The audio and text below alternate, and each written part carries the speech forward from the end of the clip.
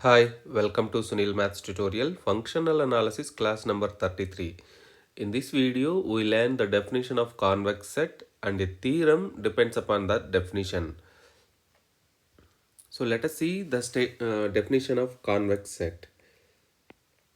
Let capital L be a linear space. Let capital L be a linear space of either real or complex numbers. Real or complex numbers. It means the linear space defined over the field of real or complex numbers. A non-empty subset capital S,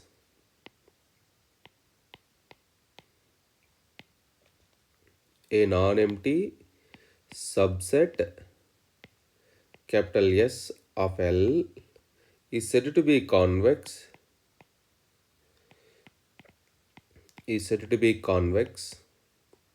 if it satisfies one condition. If it satisfies one condition, x comma y belongs to S implies 1 minus alpha into x plus alpha y belongs to S. X comma y belongs to S implies 1 minus alpha into x plus alpha y belongs to S, where alpha is any real number. Where alpha is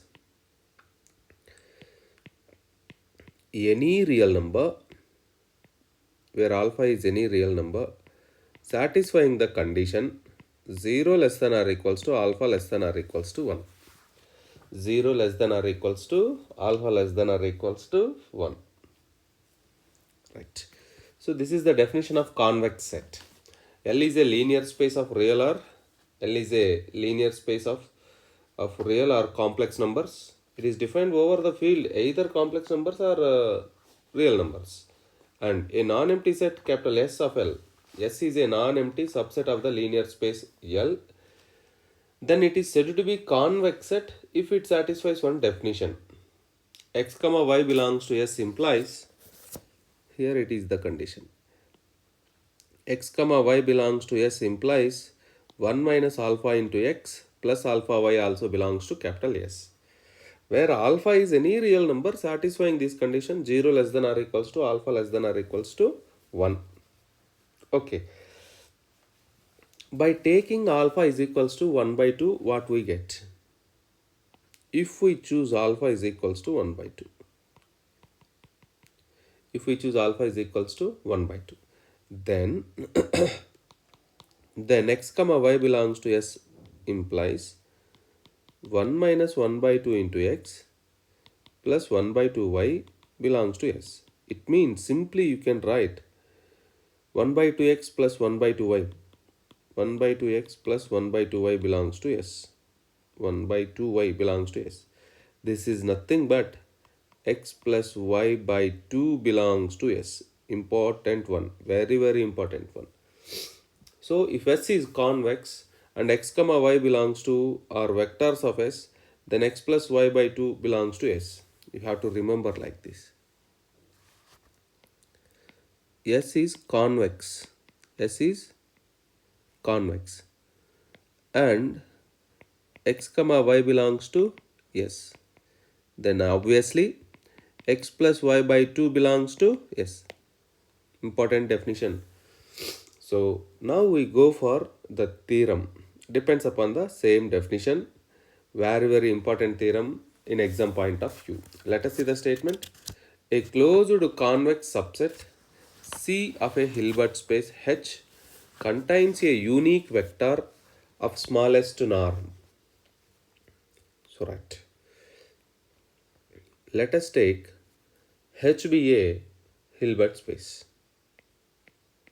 Let capital H be a Hilbert space and C be a closed convex subset of H. C be a closed convex subset of H. Subset of H. By the definition of convex set, x plus y by 2 belongs to C for all x comma y belongs to C. This is nothing but the definition of convex set. X plus y by 2 belongs to C is nothing but the definition of convex set. Now we can prove that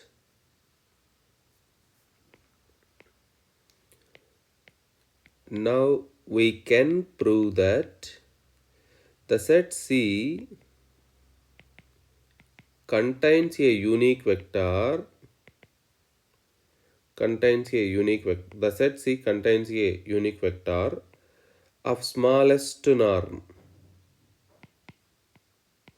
Now we can prove that C contains a unique vector of smallest norm.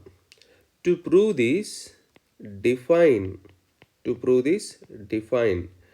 D is equals to infimum of set of all norms norm x such that x belongs to C.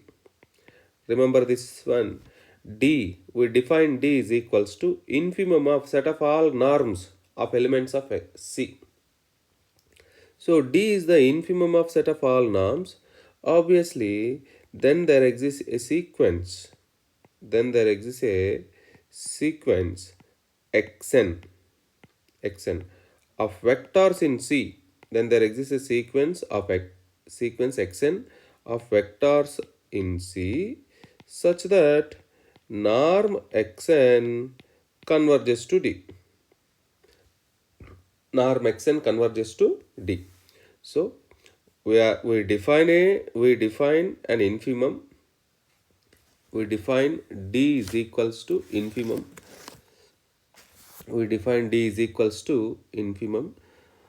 Of set of all norms norm x such that x belongs to capital C. By the definition of this infimum, there must be a sequence xn. There must exist a sequence xn of vectors in C such that norm xn converges to D. Now we choose two elements xn and xm from the sequence xn. Let us take xm, xn are two vectors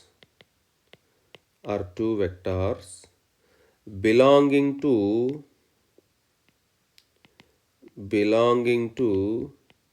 sequence xn.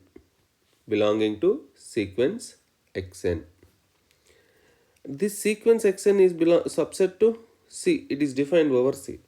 It means these two xm, xn vectors belongs to C.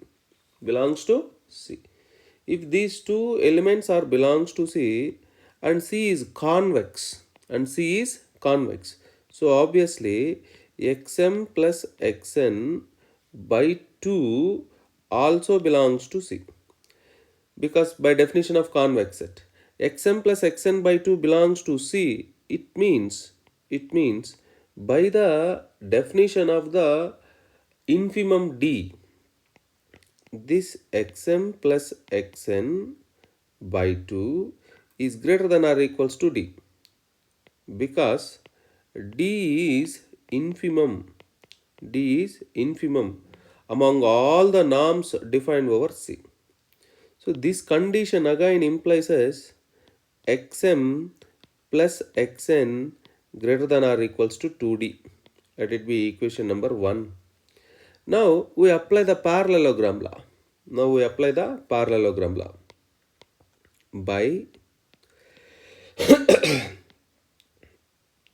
By parallelogram law, in the previous video we learned parallelogram law.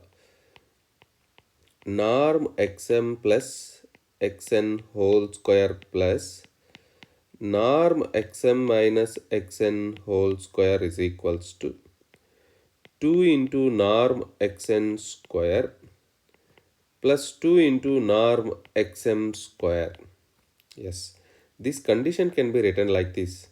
Norm xm minus xn whole square is equals to 2 into norm xm square plus 2 into norm xn square minus norm xm plus xn whole square. Now applying this equation number 1, here it is xm plus xn greater than or equals to 2d, and here we have norm xm plus xn whole square. Now applying that equation 1 here, this equality becomes less than or equals to 2 into norm xm square plus 2 into norm xn square minus 2d whole square. It means 4d square. It means 4d square. So okay. Now by definition of norm, we have norm xn converges to d, norm xm also converges to d as m comma n tends to infinity,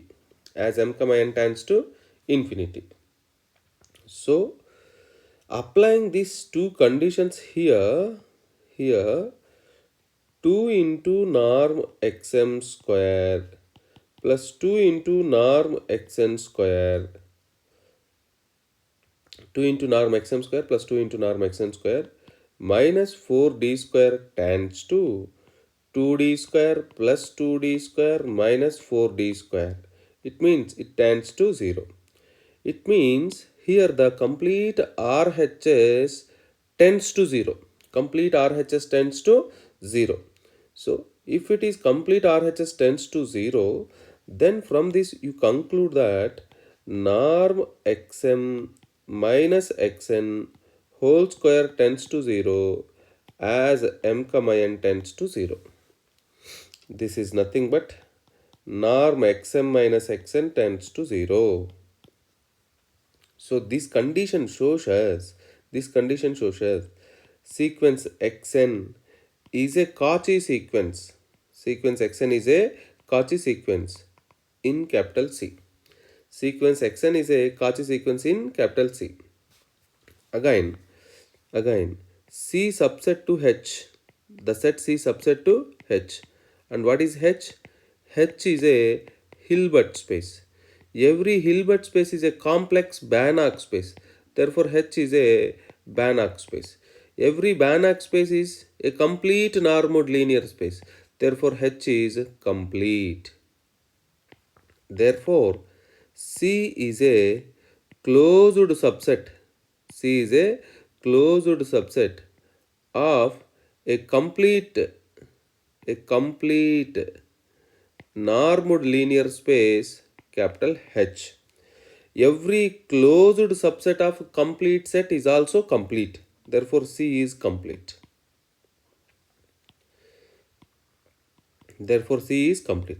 C is complete and Xn is a Cauchy sequence. Xn is a Cauchy sequence in C. We know that every Cauchy sequence in a complete set is convergent. Every Cauchy sequence in a complete set is convergent. It means the sequence Xn is convergent in C. The sequence Xn is convergent in C. What it means? If the sequence is convergent in C, it means there exists a vector. C belongs to there exists a vector small x belongs to C such that the sequence Xn converges to C as n tends to infinity. Now that norm x is equals to norm limit xn, it is equals to limit norm xn. Norm is continuous mapping because, so you can write simply it is d. Norm x is equals to d. Hence we conclude that x is a vector in capital C with smallest norm d.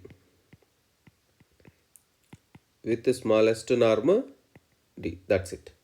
X is a vector in C with smallest norm in D. Now we can prove that this X is unique. Now we can prove that this x is unique, means there is only one x satisfying the above conditions. Suppose there is another vector like this. Suppose x and x dash are two vectors, x and x dash are two vectors in capital C such that norm x is equals to D and norm x dash is equals to D. Norm x equal to D and norm x dash is also equivalent to D. You have to show that it is a unique vector. So let us take two, there are two vectors satisfying the same condition, x and x dash. So here you observe that again, both x comma x dash are elements of C and C is convex set. By the definition of convex set, x plus x dash by 2 belongs to C. Then by the definition of D, x plus x dash by 2 is greater than or equals to D, which implies x plus x dash is greater than or equals to 2D. Again by parallelogram law, norm x minus x dash whole square is equals to 2 norm x square plus 2 norm x dash square minus norm x plus x dash whole square, which is less than or equals to 2 norm x square plus 2 norm x dash square minus 4d square, because x plus x dash is greater than or equals to 2d. And also we define that norm x is equals to d, norm x dash also equivalent to d. So it is less than or equals to 2 into d square plus again 2 into d square minus 4d square, obviously less than or equals to 0. Therefore we prove that norm x minus x dash whole square is less than or equals to 0, which implies as norm x minus x dash is less than or equals to 0. But actually what is true? But always norm x minus x dash is greater than or equals to 0. Combining these two inequalities, you simply get norm x minus x dash is equals to 0. This condition implies as x minus x dash is equals to 0, which implies x is equals to x dash. Hence, x is a unique vector in C having the smallest norm.